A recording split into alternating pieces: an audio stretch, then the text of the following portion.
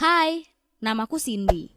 Katakan padaku, apakah kamu memimpikan untuk memiliki wajah muda selamanya? Menurutku, itu tidak akan menjadi selamanya, karena aku tidak pernah bisa memiliki wajah muda sama sekali. Karena aku sudah tua sejak lahir. Terdengar aneh bukan?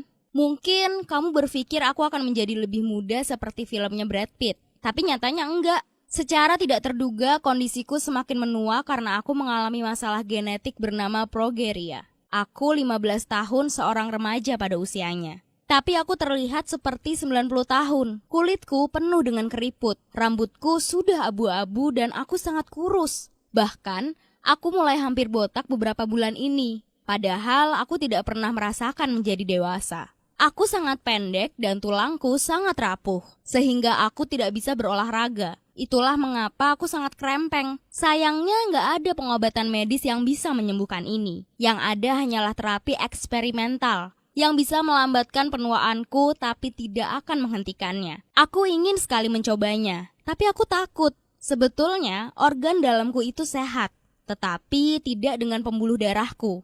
Progeria menyebabkan aterosklerosis. Ini adalah fase di mana di antara pembuluh darahku menyempit sehingga membuat organ-organku terganggu. Lalu, dokter berkata bahwa untuk beberapa tahun ke depan aku akan terkena serangan jantung atau stroke dan tidak ada obat medis yang bisa menyembuhkan ini. Apakah aku akan menjadi salah satu dari mereka? Lalu aku mencoba untuk tidak memikirkannya. Aku akan menjadi gila memikirkannya jika tidak ada ibuku. Dia selalu mengkhawatirkanku sepanjang hidupku. Karena dia juga merasa tersiksa atas penyakit ini. Karena sakit progeria ini sudah terdeteksi langsung setelah aku lahir dan ayahku meninggalkan kami. Untuk beberapa alasan, dia bilang bahwa sakitku ini karena keturunan. Dia menginginkan anak yang sehat dan dia menyalahkan ibuku. Dia berkata, aku menjadi seperti ini gara-gara ibuku. Bagaimana menurutmu atas tindakan ayahku itu? Tentu, merasakan seluruh penderitaan dengan anak yang sakit bukanlah hal yang bisa semua orang terima. Adalah nyata bahwa aku memiliki ibu terbaik di planet ini. Dia tidak menyalahkanku, tapi ayahkulah yang salah. Progeria bukanlah penyakit turunan. Itu adalah mutasi gen genetik yang terjadi ketika perkembangan embrio. Atau juga bisa karena adanya unsur genetik lain yang berkembang dalam tubuh. Tetapi, ayahku tidak pernah mau mendengarkan, lalu dia meninggalkan kami. Dan dia benar-benar memutuskan untuk pergi dan memiliki keluarga baru, mencari istri baru dan membesarkan anak-anak mereka yang ternyata hanya berjarak beberapa rumah dari rumah kami. Ibuku sangat murka ketika mengetahuinya. Aku melihatnya menangis di kamarnya,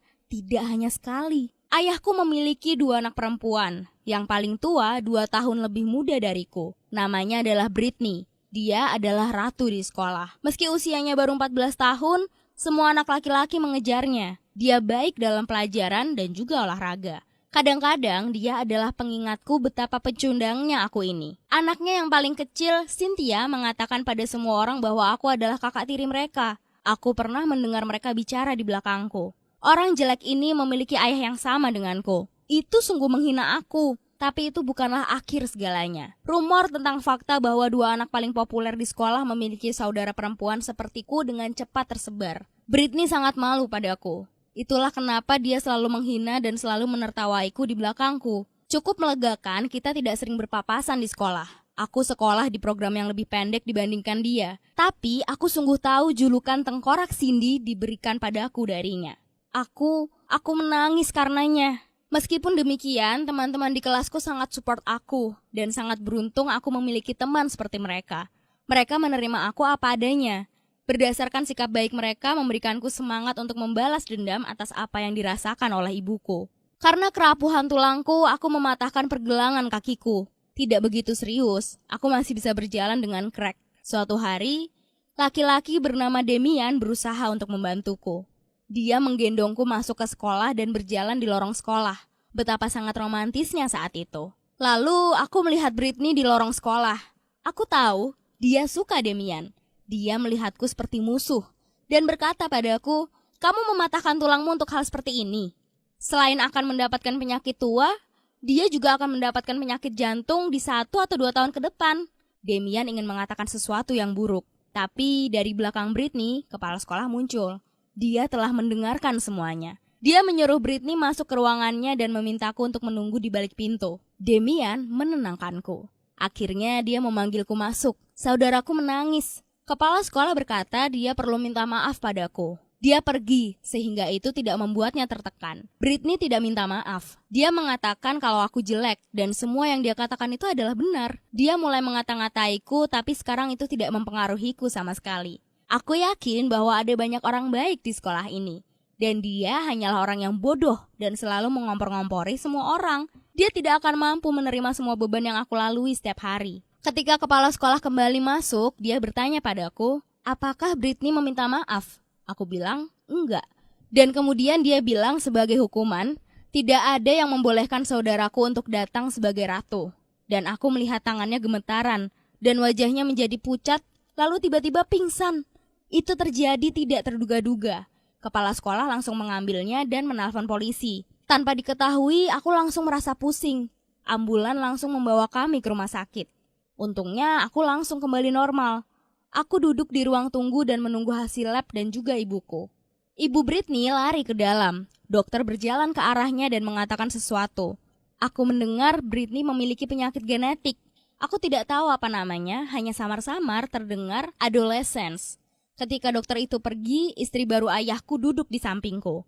Untuk pertama kalinya aku mendengar pengakuannya bahwa putrinya harus mendengar ini, bahwa Brit memiliki diabetes darinya. Dan putrinya yang paling kecil juga mengalami itu. Aku sangat terkejut. Ayahku meninggalkan kami karena penyakitku dan menginginkan anak yang sehat. Sekarang, anak terfavoritnya juga sakit, bukan karena genetik, tapi karena istrinya memiliki riwayat diabetes. Dia meminta aku untuk menjaga rahasia ini. Aku paham, ayahku akan meninggalkan dia sebagaimana dia meninggalkan kami. Sekarang, aku gak tahu harus gimana. Aku ingin sekali balas dendam atas apa yang ayahku lakukan pada ibuku, untuk menunjukkan adanya kesalahan yang telah dia perbuat.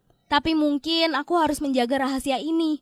Bagaimana menurutmu? Apa yang harus aku lakukan? Tuliskan di kolom komentar ya.